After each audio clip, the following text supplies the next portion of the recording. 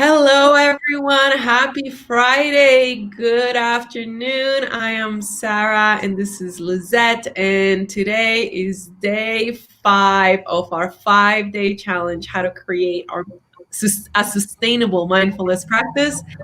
And I'm really excited because today is really, really good stuff. It's what to expect, what obstacles you might encounter, and how to overcome them.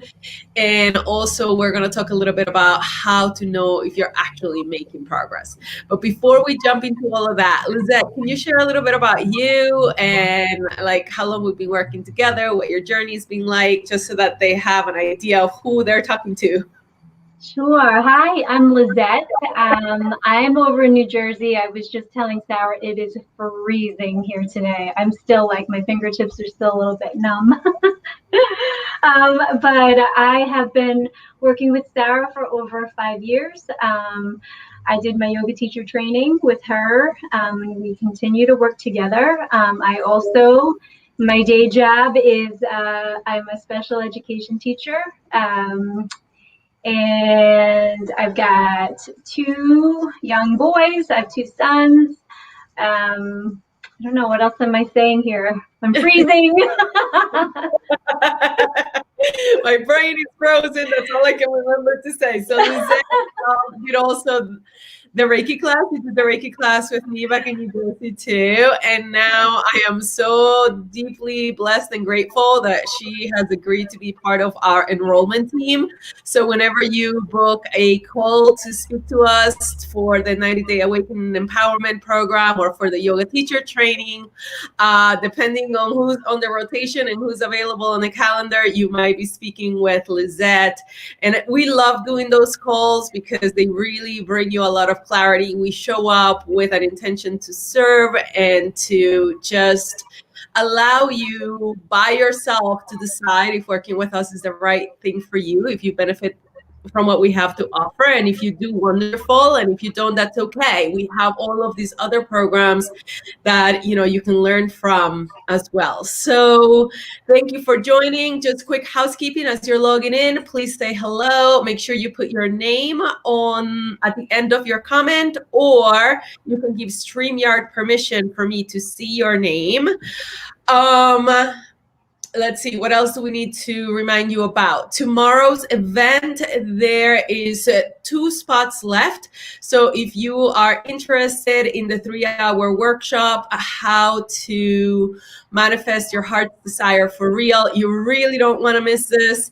I approach manifestation from a very different perspective. I believe that everything you want, it's already there for you. You just have to get out of your own way.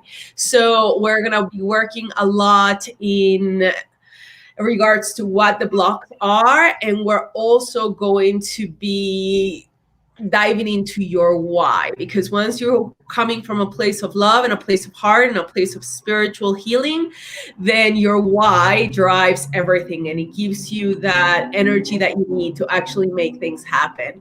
And as always, I'm very practical in everything that we do, so it's going to be a very interactive workshop, and you're going to walk away with a really good roadmap as of exactly what you need to do. And you're also going to be learning how to do a vision board. So I'm like super, super excited. We're not going to do the vision board online as we're online, but you're going to get a pretty good idea and all the guidelines that you need to know how to approach a vision board properly. Okay, so with all of that said, quick recap. Day 1, we talked about sacred space, the importance of setting a date and time. Day 2, we talked about the mind, and that was super enlightening. Day 3, we talked about emotions. Yesterday, we talked about what is the best practice for you. And also, I forgot yesterday to give you your homework for yesterday. I did post it on the units tab, and some of you caught on and saw it, but I was not specific with what the action step was. And so I just want to make that up right now. And the action step for day 4 yesterday was to schedule it. And I talked about that a lot. And I said how it has to be built into your day and how you need at least 1 weekly class with a teacher, because you can't just learn by yourself, even if you try. So at least once a week with a teacher, and then a daily practice on your own. And so the action step was to just figure out when that's going to happen on your day and in your week, and then post that and say, I made a commitment to myself. Before I forget, in case I forget, once I get going, sometimes I forget, I want to tell you what the action step is for today. We're going to be talking about your why. Why is it that you need a mindfulness practice? Why is it that is so important? And so what I want you to start thinking as we begin our talk today is I want you to know deep at the core of your being, why is it important for you? It's not something that you just should be doing because you think it's the right thing to do and you hope that it's going to bring you peace. But there's got to be some pain in your life that you really want to fix. So if you find yourself yelling at your kids and you really don't want to be that mom, I know I used to be like that because I wasn't where I needed to be. And then I was just reactive all the time. That is a good motivation, right? Because you know that if you get yourself into the right place by doing your daily practice, then this pain is going to go away. Now, you want to word your intention and your why in a positive way. So you don't want to say, I want to stop screaming at my kids. You want to say, I want to create a more peaceful home. I want to be the calm and the light in my home, right? That is a positive motivation. I don't know, Lizette, can you think of any other examples of things that might motivate people to keep their practice going? I'll give you a second to think about it. And what I want you to do, guys, is once you figure out what your motivation is, I want you to put it on a paper and you can print it and put it on the wall in your little corner, so that every time you walk by that corner every day, you remember why it is that you're supposed to sit and practice. It's not that the corner, now that it's all pretty and all set up, it's just going to sit there and you'll be nice to sit over there. You never get around to it. I want it to be very tangible why it is important that you sit in these corners, because obstacles are going to come up. We're going to talk about that today, and we're going to talk about how you know if you're making progress. But the only way that you can stick with the practice is if you know why you want to do it. Lizette, any thoughts on that? There's so much in the news. There's just a lot of energy. And it's so much from everywhere, and it's so different. And a lot of it is fear. I mean, we're in the moment right now where everything is just, people are experiencing something that you've never experienced in your life, right? And everyone's experiencing that. So that's a lot of fear and a lot of energy. And again, I go to work every day and I wear a mask all day. And, you know, Sarah, you've been really helpful for me in terms of facing just the day-to-day from a mindful place. And what that means is it's motivating to be mindful and have a practice every day so that you can literally function in the world without getting caught up and sucked in and just, I don't know, just even driving, like those simple things. Like if you're not mindful and you don't realize the things that are happening inside you, and you don't even know that they're there because it's coming from everywhere, like you become an angry driver or you know, little things like that. For me, it's, you know, when I go to work, when I have students that I serve, when I teach yoga, it's motivating to me to have my mindfulness practice, because otherwise I can't do what I'm supposed to be doing from a place where I know me. You know, it's something else. It could easily be something else, and I don't even know. So it's important to be mindful. So your intention could be, I want to be mindful so that I stay centered and connected to my spirit.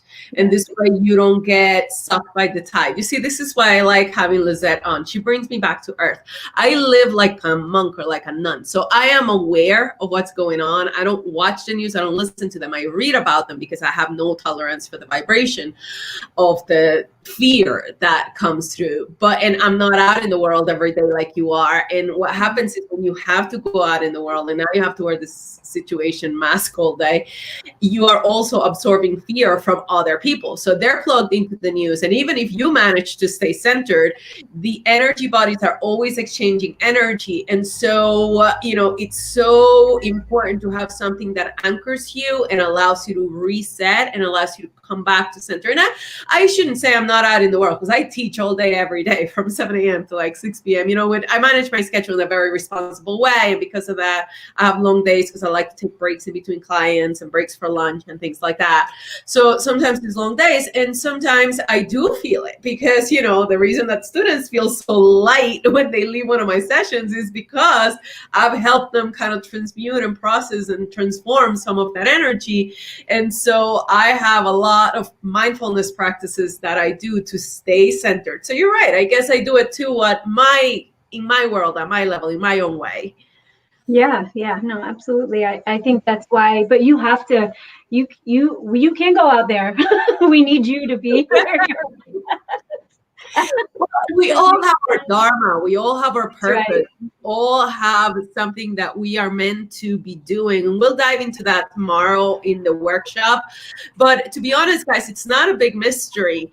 Your internal purpose is always to awaken, to improve spiritually, to move away from fear and towards light and love. Your external purpose is whatever you happen to be doing on this earth at this time. In Lizette's case, she's a teacher for kids with special needs. In my case, I'm a teacher for adults, because I honestly do not think I could be a teacher for kids with special needs, because I don't have the patience and love that it takes, or whatever it is. It doesn't matter. I'm not designed for it. I'm not bred for it. It's not my thing, but it's your thing, right? And each one of us has a different way to go about this. Okay, so let's jump right in. I want to start with the obstacles, and I want you to write this down. There is a total of 9 obstacles that you are going to experience as you go through this journey. The first one is sickness, and that is pretty self-explanatory. If your body is sick, it takes a lot of energy. If you're in pain, back pain, shoulder pain, neck pain, it's going to take a lot of energy, and it's going to be difficult for you to really connect with your spirit. It also includes mental illness, right? Because sometimes once a problem's manifested at the mental level, if you need medication, if you need help, if you need psychology or psychiatry to help you cope and create stability, that's also necessary, because you can't do the spiritual work if your mind is not stable enough. Does that make sense? Do a little wave if all of this makes sense. Say hello if you're watching. Let us know if you have any questions or comments on anything that we're talking about today. The next one is what's called incompetence, and that's kind of like the inability to do something. So I'll take something silly and simple. Let's say that you have really tight hips and you can't sit on the floor for a long time because it hurts. Well, you literally don't have the capacity to sit on the floor. Can you please stop torturing yourself and sit on a chair? Right? Like, that is something as simple, like literally not having the capacity to do something. There's different levels of evolution, spiritually and mentally, and you need to have a certain capacity to grasp and understand. So, for example, you guys are watching live today, you're listening to what I'm saying, you obviously have the capacity to understand what I'm saying. There is humans out there who might not have the capacity to focus for an hour and listen to a teacher. They literally do not have the ability to sit still for that long. Even if they do, they might not have the ability to absorb all of the concepts and, digest them in a productive way. And the next one is doubt. And maybe I'll ask you, Lizette, to comment a little bit about doubt and what has been your experience with doubt as you go through the journey, because this is a big one. Well, just like the experience, that spiritual journey is not quite tangible. Like, you can't really touch it. It's got to be like a faith thing. You have to trust in your experience, and like if you're suffering and then all of a sudden, sometimes it takes a simple perspective change to feel a sense of relief. So you can't touch that, and it can easily be like, wait a minute, is that real? Like, and you can talk yourself out of it. It's not something that you can touch. You have to I don't know, there's a faith piece to it. And then again, bringing it back to the mindfulness with the practice, like there has to be that experience of just connection with your spirit. Like you have to feel that in order to believe that it's happening, you know? And there's three things that you're going to doubt as you're going to as you go through the journey.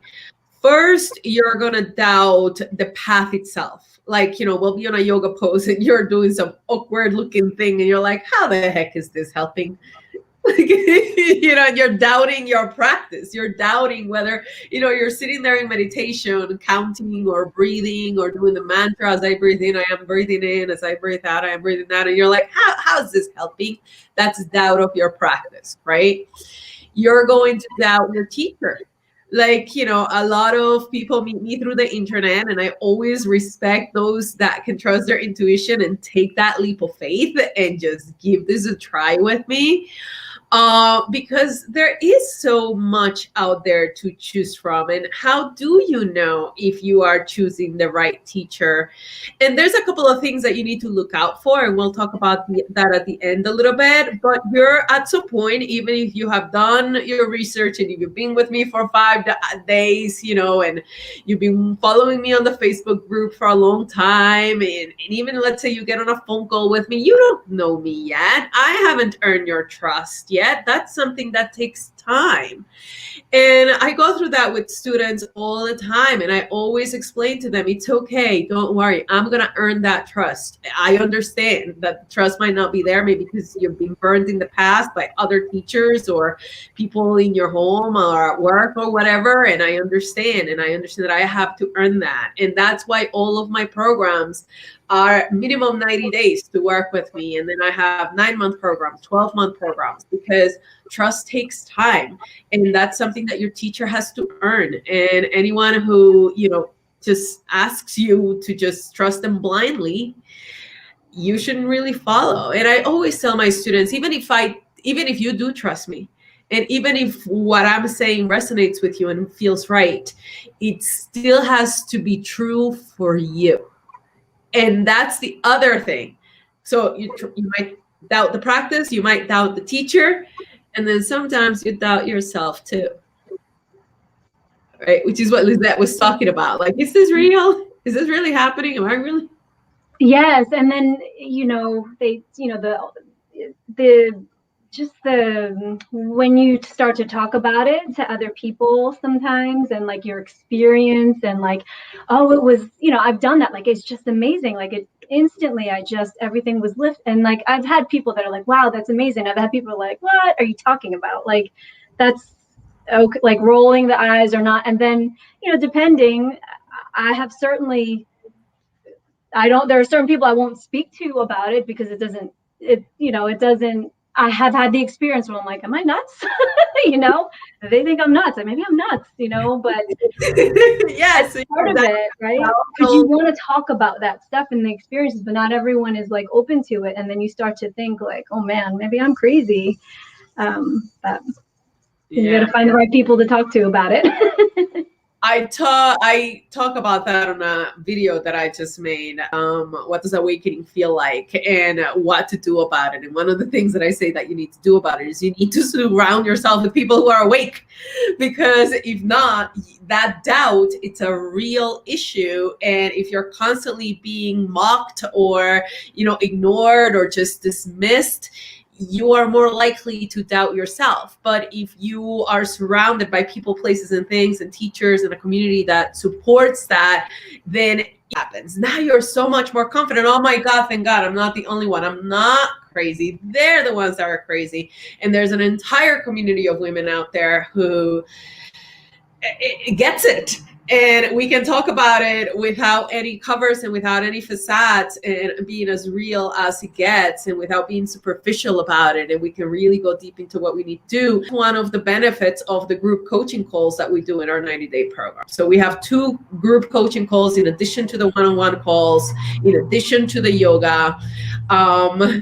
And maybe if I have time, I'll tell you a little bit about that program at the end of this video. But it really is amazing. And it's because all of these obstacles are going to come up, and we are there to support you and help you overcome them. The next one is delusion, which is the feeling of thinking you're already there. and you could do this on your own. And you're fine, and everything is fine, and you're going to be okay. And all you have to do is sit and meditate, and then you've done it, you're there. It's not that simple. The meditation practice, the yoga practice are tools to help you awaken, to master your body, to master the mind. But the final goal is really to master spirit. And in order to do that, you have to peel away the layers of the self. And the self wants to believe that there's not that many layers to peel because then you're already there. You don't have a lot of work to do.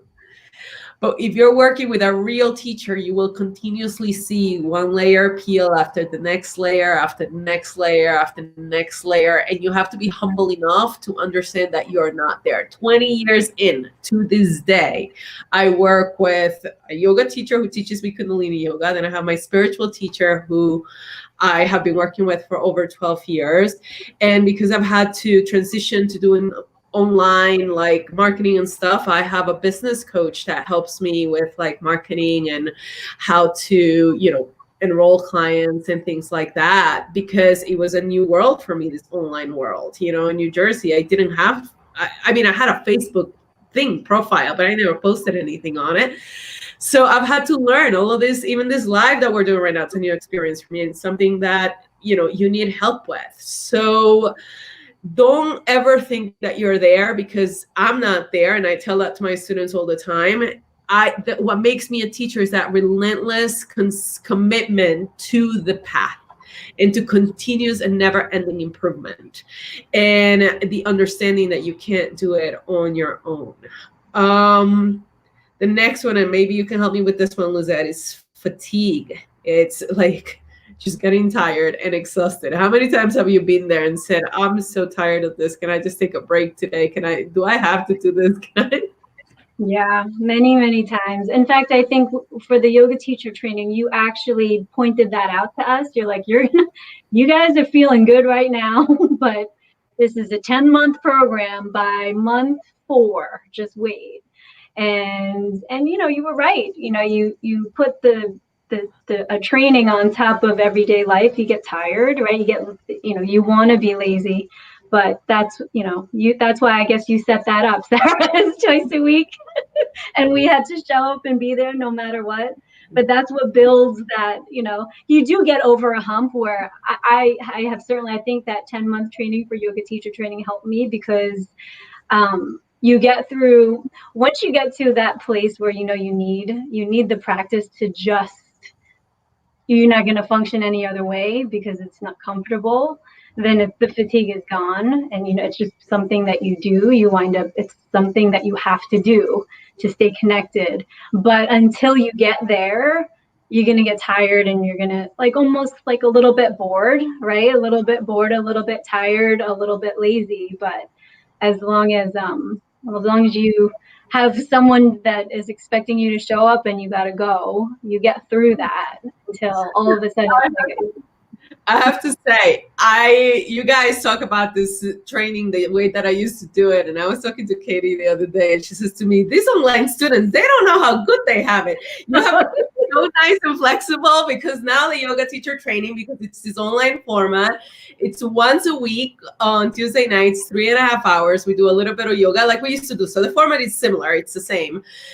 We do yoga first, because we want to make sure that you are aligned where you need to be before you go into the lecture. And the reason that it's spread over 9 months is because it's a lot of knowledge, it's a lot of information. And if you go into a little immersion for 10 days or 3 weeks or whatever, you get all the information, but you don't get the transformation. And so what I've done online now, it's only once a week, and then I have 2 weekends a month to make up the hours. So it's still the same amount of hours, but a little bit of a different structure that makes it more flexible. And the reason that I do that for yoga teachers is because of this. It's because you need to make it through that honeymoon period with your practice. And what I'm saying to my teachers is, yeah, it's easy for you to want to be a yoga teacher for 3 months. Let's see if you can still want to be a yoga teacher after 9 months. And then you can call yourself a teacher, because it's that energy of you having done it and walked the path consistently that then gives you the right to teach and the ability to teach from the right place, because you know what your students are going through and you can uplift them because you're done it. And if you haven't gone through that, there's no way to rush that process. You have to become that person that continuously makes it through that fatigue. And that's the other beautiful thing about having a community and a teacher. The community keeps you inspired, and a good teacher will keep you going. I had a student say to me, Luba, I wonder if you're watching. She got to the studio one day and she says to me, when I get here, I kind of tap into your tapas. And tapas is that, tapas is this burning desire, right? Tapas is this zeal, this dedication, this commitment. And a lot of the students, you're right, sometimes they just manage to show up to class, but once they're there, I've got you. Because I am always vibrating at this frequency. And so it's easy for you to step up. It's a lot harder for you to step up on your own if you don't have someone serve you as an example and energetically lift you up and pull you up and help you get over that fatigue. Does that make sense? Anything to add to that? Just that I did as Luba did. I have certainly tapped into your tapas. Absolutely. So, yep. And I'm sure we too aren't the only ones. That's exactly what it is. Like, it's harder to show up for yourself when you're in this transformational period. Like, it's hard to, I keep thinking about your talk. It was yesterday or the other day, a date with your spirit, how we're so, so easy to break that date, but you show up for your friends and your family, like, because they expect you to be there and you're there. But when it comes to yourself, it's so easy to be like, nah, So you certainly, yeah, we've tapped into your tapas, not just me and Luba, I'm sure many others. Yes, and I just have it to give because it's been given to me, and I have been so blessed to receive it. You have no idea how many times I've wanted to give up. Like, I can't even tell you. Sometimes I'm surprised I don't give up, because it's just like, it's not always easy. But I'm committed. I'm committed to my teacher. I see her day in and day out show up for me, and therefore I show up for myself. And that is really that's one of the most precious things that you can get from a teacher. And we get teachers for so many other things. Why wouldn't you get a teacher for this? Right? Next one is overindulgence, and that's kind of pretty self-explanatory. It's very easy to eat too much, sleep too much, drink too much, party too much. And if you are overindulging your system, then you're not at the frequency that you need to be in order to rise spiritually. So that one's pretty obvious, I would say, but it is one of the obstacles. Moderation in everything is always helpful. Even moderation in your practice. You don't want to overdo your practice because then you'll get burned out. And, a lot of people go through these spurs of growth where I got it. And then they just burn out and they stop. And that's, again, why my programs are long-term programs of a minimum of 90 days, because it's easy to go to a 1-week workshop, 3-hour workshop, 2-week workshop, and then what? No, transformation, change takes time. Overindulgence. The next one is confusion. Can you talk about that a little bit, Lizette? Confusion. And it just goes back again with as you experience things that you've never experienced, it's hard to tell what is not what's real, but like, am I imagining that? Am I, I don't know. It's the stepping into the unknown can be very just, you don't know, you don't have your bearings. You haven't never experienced it before. So to me, that's a lot of the confusion. You don't know what to do. Usually you know what to do, but now you don't know what to do. Right? So like that's. And they've tried everything else. And I am so happy to help them. And within a few weeks, they're out of the bottom and they're flying and they're rising and they're like, oh my God, you've saved my life. I'm like, no, we still have a long way to go, but I'm glad you're doing better for now. But that's one way. You can wait until you get there, or you can consciously choose to nurture this desire for spiritual awakening. The problem is, if you're not suffering enough, you might not have that drive and that motivation to persevere. And a lot of the time, the people who are the most stuck are the ones that are very comfy, cozy in their situation and they're not suffering enough, and therefore they don't have the motivation to do something about it, and they don't have the perseverance that it takes to continuously do the work, to continuously awaken and continuously rise. Any comments on that? No, I agree with that 100%. That was my comment was going to be. I find that it is the people that I know or my experiences, it's the ones that are, their lives are pretty good. Nothing crazy, nothing too tragic, nothing too traumatic. Will be the most judgmental or the most, like will not take responsibility for their actions, maybe unconsciously doing things to hurt others, or because they don't need to go within. They're just kind of like irresponsibly, maybe not intentionally, but there's no reason for them to find a practice. They're not suffering enough. Nothing in their current lives are bothering them enough to be like, wow, I really need to change this. So, for those of you out there who are currently suffering, I know you might not see it right now, but trust me, the more you're struggling, the more grateful you should be, because if you weren't struggling this much, maybe you wouldn't be here listening to us today, and maybe you wouldn't have the motivation to try and do and awaken to something different.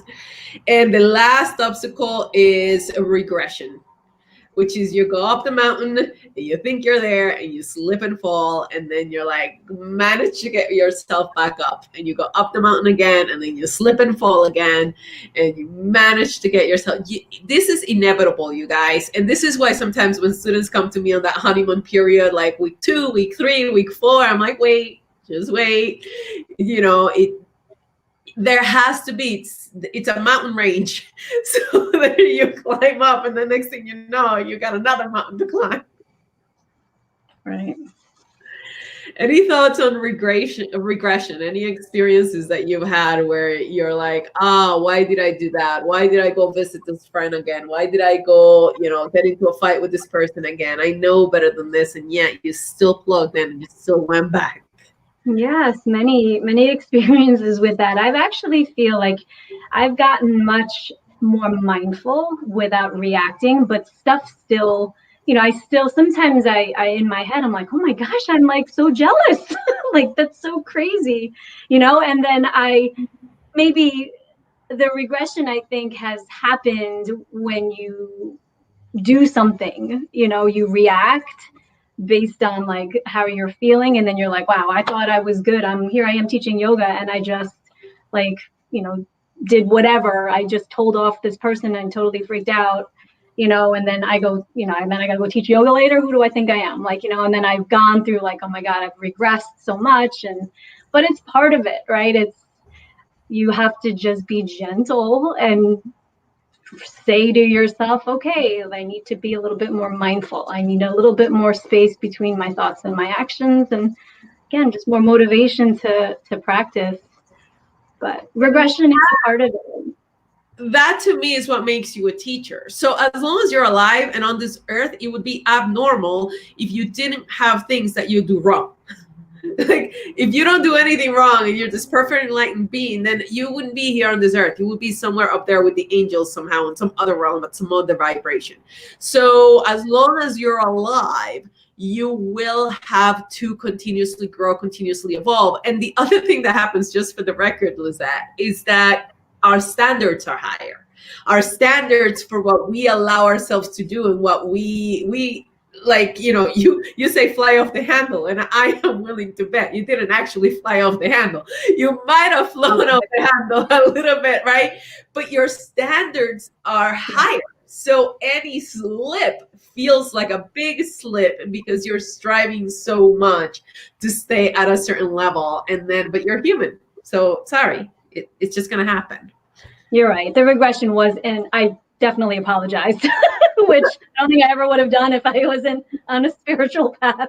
You just pretend it didn't happen and you just like create that karma. But I was like, you're right. The regression wasn't, I didn't flip out too much. And then I was like, I'm so sorry.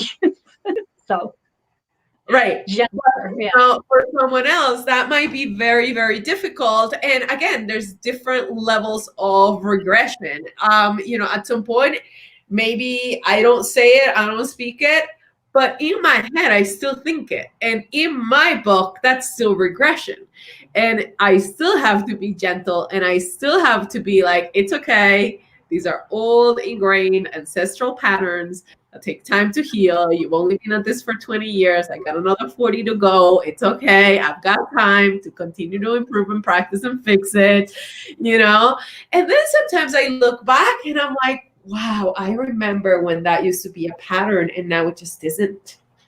It's just not there, literally not there. And I'm sure that you've identified some, but those are harder to identify sometimes because once you are at a new place, you literally sometimes forget where you've been and how much you suffer and how crazy you used to be. Yeah. Yes. Okay, guys, so those are the obstacles. And then how do you overcome them? You overcome them through practice, love, and dedication. You have to practice, practice, practice, not just literally like your meditation practice and your yoga practice and your physical, like tangible, whatever practice, but you have to practice the change you seek.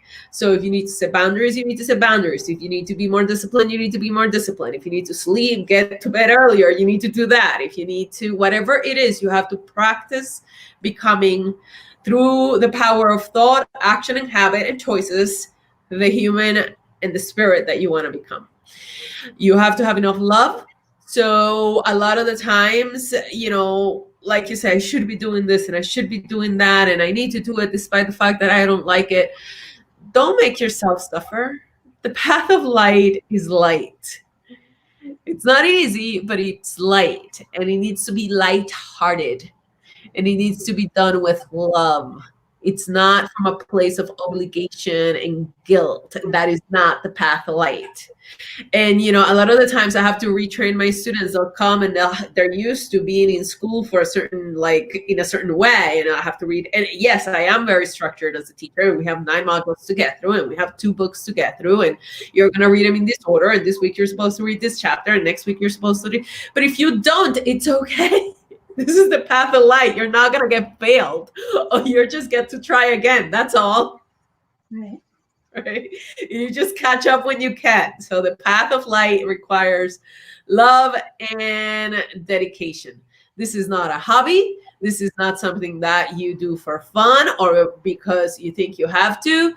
This is more important than anything else in your life. More important than your job, more important than the work you have to do at home, more important than the dishes in the sink, more important than the laundry that's not done, more important than anything else. Even like the time that you spend with your kids and your partners and whatever, your spiritual practice has to be first, because if you don't do that, then you're not there where you need to be for the others. So when we talk about dedication, it means that it really you have to be committed, and there has to be a heartfelt desire to awaken and improve spiritually. And every day when you wake up, that is your only task at hand. And everything else that you do in life is a tool to help you do that. Every experience, every job, everything. Any comments on that, Lizette, before I move on to while I review my notes and see what else I need to talk about? The only thing that I would add to that is this spiritual path, this journey, and the practice. That one quote, I think I did put it on like the Facebook one time. It's Sharon Salzberg had said, sometimes in mindfulness or in a spiritual practice, the most important moment is the moment that you return, you come back. So like, this practice is it's one of the only it's maybe the only thing I've ever done that is kind to me, like in life, as being a kid, you make a mistake, you like get punished. You drive too fast, you get a ticket. You blow it, you just get punished. But with this, it's like they say the most important thing is when you come back. Then it's just like, good job, you came back. Like you don't get punished at all. You get Yeah. praised for coming back. Like that to me is it's very loving, and that's huge for me. And I think for everybody, everyone just, you're used to getting like a really negative consequence for like going off what you should have done. But in this practice, you get a little pat on the back when you come back after you make a Oh, mistake. welcome back. It's not even like a pat or a back or a praise, at least not if you're working with me, because I'm not a praising, ego boosting teacher. But you get, you get a welcome back with open arms without judgment is what you get. Now, to you, that might feel like a pat in the back because maybe you had guilt, but the guilt was never there to be in there in the first place. So I understand why you might perceive it that way. But just for the record, I wasn't patting anybody on the back and I wasn't praising anybody. I was just saying, welcome back with all my heart. Because students take breaks all the time. A lot of the times, I'm very intense, or my standards are very high, so my price range is what it is. And a lot of the time students will work with me and they will just say, well, maybe I'll go try that looks a little easier, a little cheaper, let me just go try it this way. And they do, and then a few years later they come back and they're like, okay, I've been there, done that, tried it all, and I remember this is what the real path was. So, and I'm like, welcome back with all my heart, and I welcome the lessons that you've learned by wondering, because they served you and it's what you were meant to do. It was never wrong. It's just what you needed to experience. So there's nothing to forgive you for or praise you for coming back or anything like that. It doesn't work that way. But I can see from your perspective why sometimes you might be saying what you're saying. I'm just explaining. Yeah. No, you're right, because it's like, that's it. I picture a little kid like, now you're grounded, right? And instead of the opposite of that is like, good job. I know. Right? Like, but that's really the return to the spiritual path is like, great job. What was that like? Like, tell me about it. I'm sure that was horrible, like, or whatever brought you back, but you had to do it to come back, right? It's just a part of there's nothing to forgive. It's a part of it, right? That's different. Yeah. Exactly. So a teacher who knows the path will never judge any of your choices and will accept what it is as the experience that you need to have. A good teacher does not have an agenda as of what they want you to do or they don't want you to do.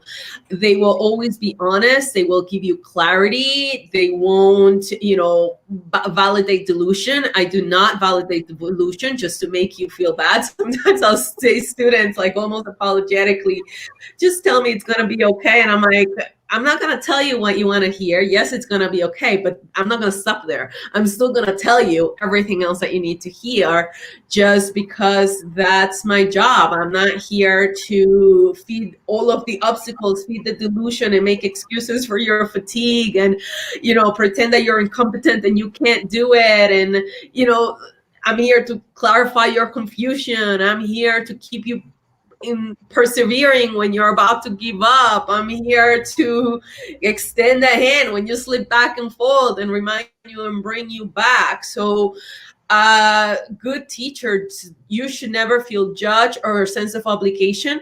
And I'm not going to say students don't experience that. They might, but that's not because it's my intention. That's because it's their perception and that's their pain body. And this is what I mean by sometimes trust takes time and understanding a new level of love takes time. So a lot of the times when students come to me, they literally have never experienced unconditional love. And when they feel it and they taste it, they don't believe it, and they're suspicious, and they want to please and they want to earn the right and they want to do all of these little dysfunctional things because they've never really known what it's like to be completely accepted for who and what you are. And unconditional means unconditional. And yes, I have standards and I have limits and I have boundaries, but even when I do put those in place, they're still coming from a place of unconditional love for the greater good of yourself, myself, and everyone involved. Right? Okay, the 3 things you need to sustain your spiritual practice. I wonder if students can answer this for me. I've never done this on the Facebook feed, but what are the 3 things? Because I've said this so many times through the week. I want to know who's listening. What are the 3 things that you need? Let's see if somebody can put them in the comments. And that is actually our last little topic for the day. The 3 things that you need to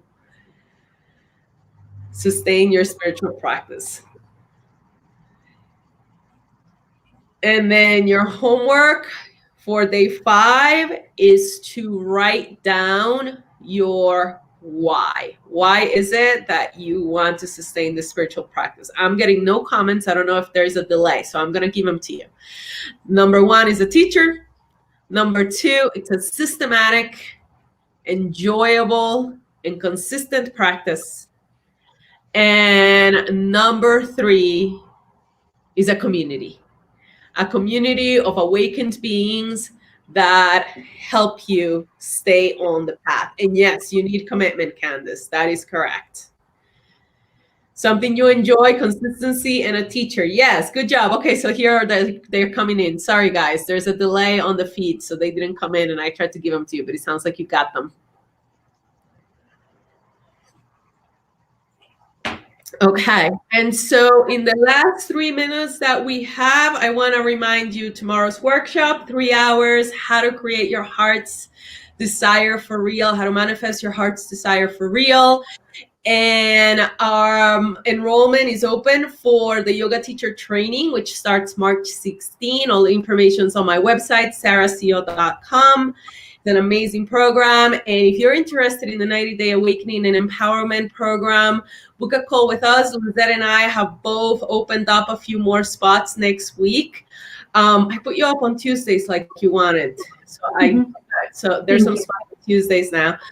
And that program is amazing. It's basically 3 components. Number 1, practice. We do yoga. I have different styles of yoga that we do in the 90-day program. I teach Kundalini on Monday nights. I teach Hatha yoga on Saturdays. And Renata right now it's teaching mindful yoga flow, like a faster paced little vinyasa-like practice on Wednesday mornings. And then Lizette usually teaches the gentle class, which is on hold right now, but it'll be back soon, so that you have a little bit of, different choices as to what best fits you. Like I've been talking about all week, how the practice has to be specifically for what you need and your style. Understanding, we have a 9-module online course of me doing talks just like this that you get through the 90 days, and also 2 books that we discuss together. And that helps you to really understand how the matrix works, because that's going to bring you clarity. And last but not least, holistic life coaching, to really help you implement this new level of awareness that you find through the practice and this newfound knowledge that you find through the books and the online modules, and really put it into practice in your life so that it's sustainable transformation that's for real. And so we do holistic life coaching. There's a group version of this 90-day program that's more affordable, and in that way you just get group holistic life coaching, but there's also a private one-on-one where you get one-on-one sessions with me as part of the program. And those are really, really enlightening, and I really love doing them. So the next step is to book a call with us. So go to sarahco.com, look at the 90-Day Awakening and Empowerment Program tab, and there's a button to book a call there. And, the roulette, the gods of the internet will decide who your enrollment coordinator is, and whoever you get in your call to guide you through that awakening call is whoever's meant to be for you. So thank you so much for watching, everyone. Feel free to contact me with any questions about any of this. Have a wonderful weekend. Thanks for participating all 5 days. Namaste. Bye. Bye-bye.